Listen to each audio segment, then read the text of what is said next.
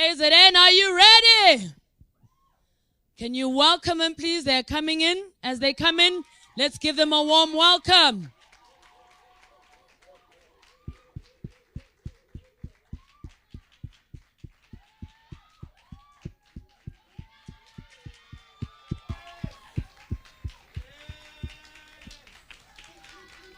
Hoo, hoo, hoo, hoo, hoo, hoo, hoo.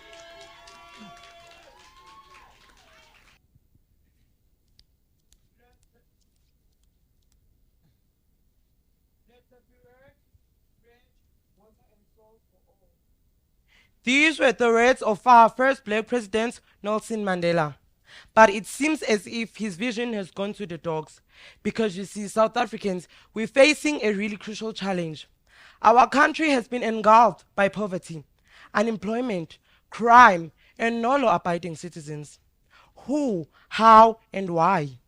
We all have a role to play in recovering our economy, and I can assure you, by working together, we are going to recover. All protocols observed, I greet you all. My name is Sikanyiso Ngelega, and alongside me are my team members. We're proudly standing here in front of you today, representing the KZN province.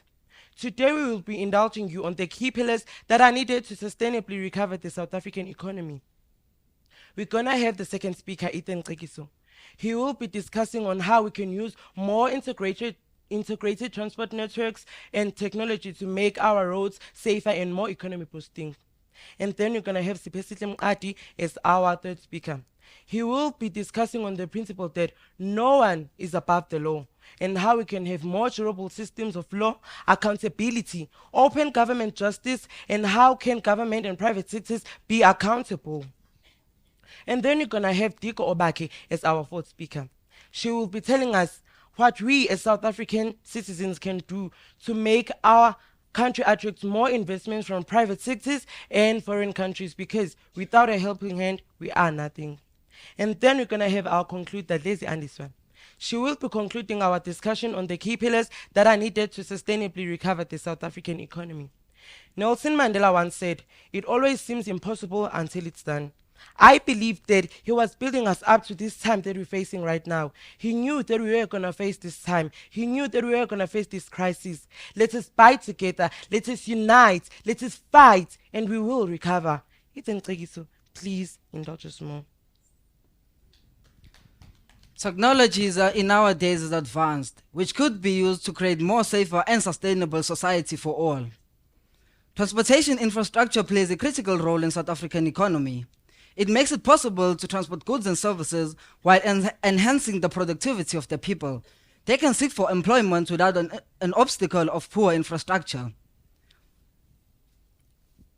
We as South Africans can establish policies to improve our transportation systems and infrastructure.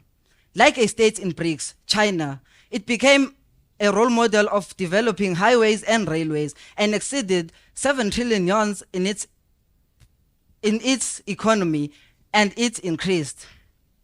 Firstly, I'm going to start with the train transportations. Trains are climatic smart in promoting economic growth and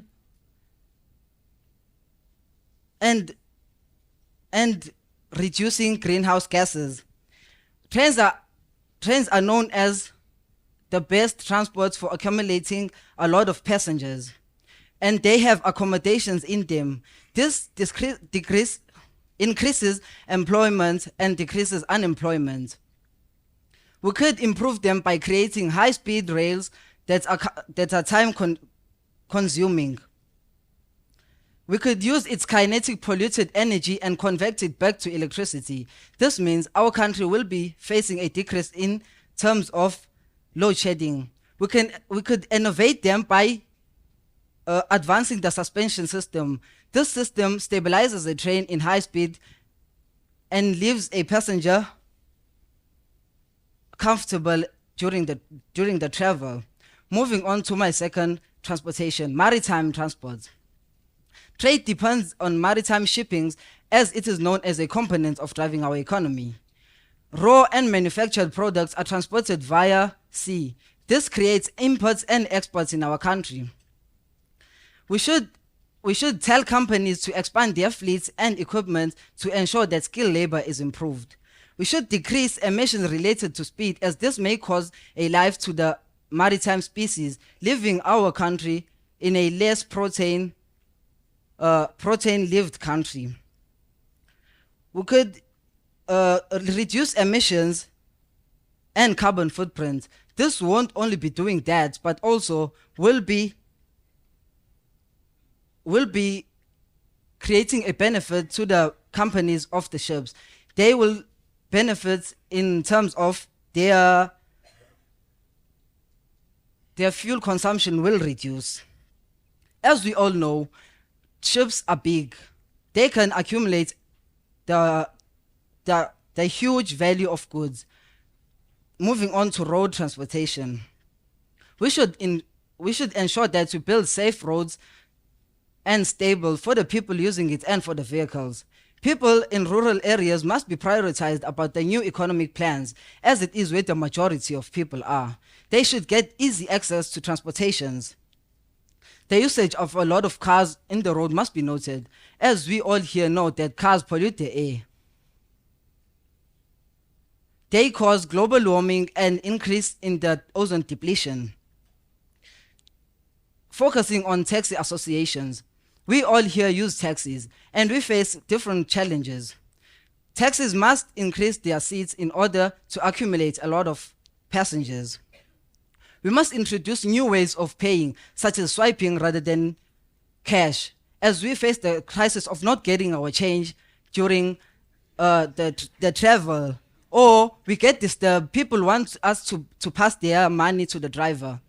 If we could create a way of swiping, this would create a connection between the government and the taxi associations.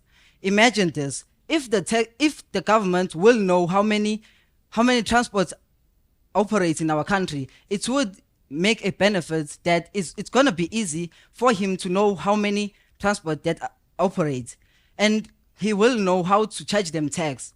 Imagine this: if one taxi load per day pays 1 rand to the economy, how much money the government will receive to handle our issues. There is a quote that I love, by Lawrence Cadlow, that says, "Doing the same thing again and again and expecting change when in fact the results are never to change. This is one of an example of insanity." This is insanity that goes to economic too. The previous speaker has showcased the profound influence that the transportation system can have on economic growth and productivity. However, it is equally crucial to acknowledge the significance of the rule of law in supporting the success of these initiatives. No matter how efficient the transportation system can be, its true potential of development cannot be realized if corruption and lawlessness prevail.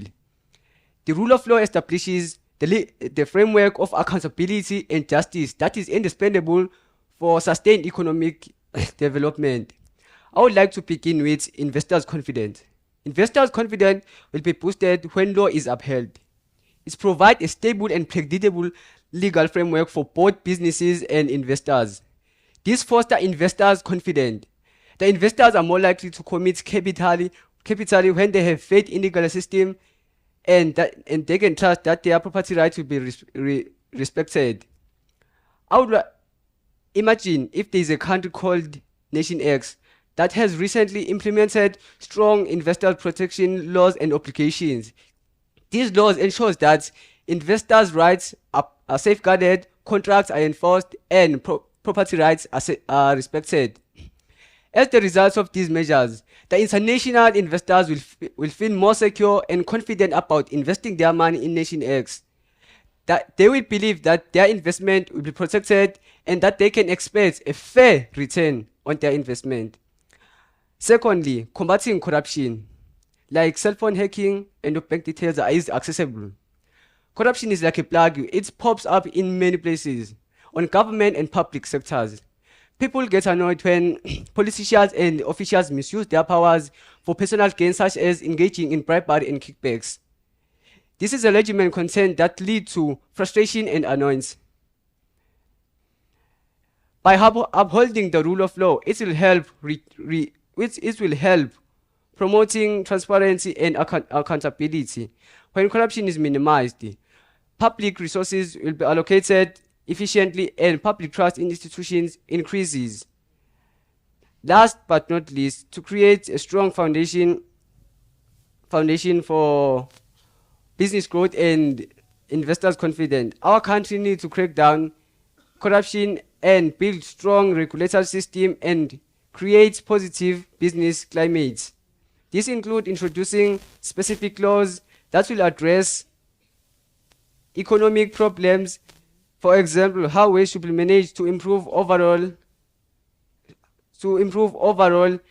environment and address protests that will reduce severity of damages to the economy. When investors feel safe and confident, they are more likely to bring their money to the country and invest in the economy. The results, wow, driving economy and a better future for us future leaders. Political sustainability, economic reform, skill development, and infrastructure development are crucial areas for creating a thriving economy and investment. Good public health policies and investment in healthcare can improve the overall well-being of the population. For an example, COVID-19 affected the economy tragically, and by improving healthcare system, investors would be attracted. Developing a skilled workforce is crucial for attracting investment in industries that require specialized knowledge. For example, processing our own natural resources like gold and platinum. South Africa can emphasize education and vocational training programs that align with the needs of the market. This includes promoting science, technology, engineering, and mathematics education, as well as bolstering partnerships with the private sector and the educational institution. In terms of electricity, South Africa can invest in solar, wind, and other renewable energy sources. This could reduce the country's dependence on coal-fired power plants and improve air quality. Stable and reliable electricity supply is critical for business, and a lack of it can be a major turn-off for investors. In terms of racism and xenophobia, reducing discrimination and promoting inclusion and diversity can create a more harmonious society and boost the country's competitiveness. Promoting diversity and inclusion can improve the country's competitiveness, and investors could be attracted. Politically, South Africa can strengthen democratic institutions by promoting transparency, accountability, and the rule of law. Promote diversity and inclusivity in political representation by supporting women, people of color, and underrepresented groups running for office. Invest in civic education to promote informed and engaged investors. In that way, investors would be attracted. South Africa is a rich country in terms of minerals, agriculture, and heritage. We are also known as a rainbow country because of our different races and cultures. By introducing more ways to show off our uniqueness, investors could be attracted because of our diversity and proudness of culture. In rural areas, let us practice sharecropping to produce more agricultural products for ourselves and foreign countries. Let us protect our environment by fighting against global warming that is caused by greenhouse effects so that we can continue producing more crops. Doing our level best to manage waste and by recycling instead of polluting the air could reduce ozone depletion. As once said by Amartya Sen, economic growth without investment in human development is unsustainable and unethical. We would like to conclude by quoting Nigel Farage, where he says, we shouldn't measure everything in terms of GDP, figures, or economics. There is something called quality of life. As South Africans, we need to improve our education and skills development. We need to teach or be taught entrepreneurship at a young age. Improving the maintenance and efficiency of existing power plants will also reduce the breakdowns and increase the renewable resources of energy. We need stronger anti-corruption laws, better enforcement, and greater transparency to reduce corruption and improve the business environment. Use of identity cameras in transport and cities could also reduce crime. We need to promote the fishing practices and invest in modern fishery equipment and technology, which can increase the productivity and reduce the waste. We need to promote the local source of raw materials and provide training for opportunities to improve the skills of the textile workers. Our country is rich in terms of land. We need to improve our land distribution policy. We call out for all South Africans to come and be united. We are Working together, building a stronger South Africa. Thank you. Humble. Well done, KZN. That was wonderful. And I think we all learned something today from that presentation, didn't we? I know, this is really not easy, guys. Do you know how hard it is to stand up in front of people you don't know and to present information in a way that makes sense and to do it confidently and then to remember your words? Woo! I know. No, I'm very impressed and I'm very proud of these young people. I am truly inspired by these young people for their passion, for their tenacity, but more importantly, for not giving up. Just because you experience, a little hiccup, you keep going, you keep going, you keep trying, you keep fighting. Wow. I really, really believe as a South African, I really feel hopeful. I feel hopeful watching these young people. I'm ready to retire. I don't know about you. I'm ready to retire. I'm ready to stay at home. I think let these young people take over. They've got ideas. They've got a plan. I think we're standing in their way. We should actually just step aside, all of us. We should just step aside and let them run this country. Because I have a feeling within a good 6 to 12 months, things will be better. Don't you? So I just want to thank the delegates from KZN for a brilliant presentation.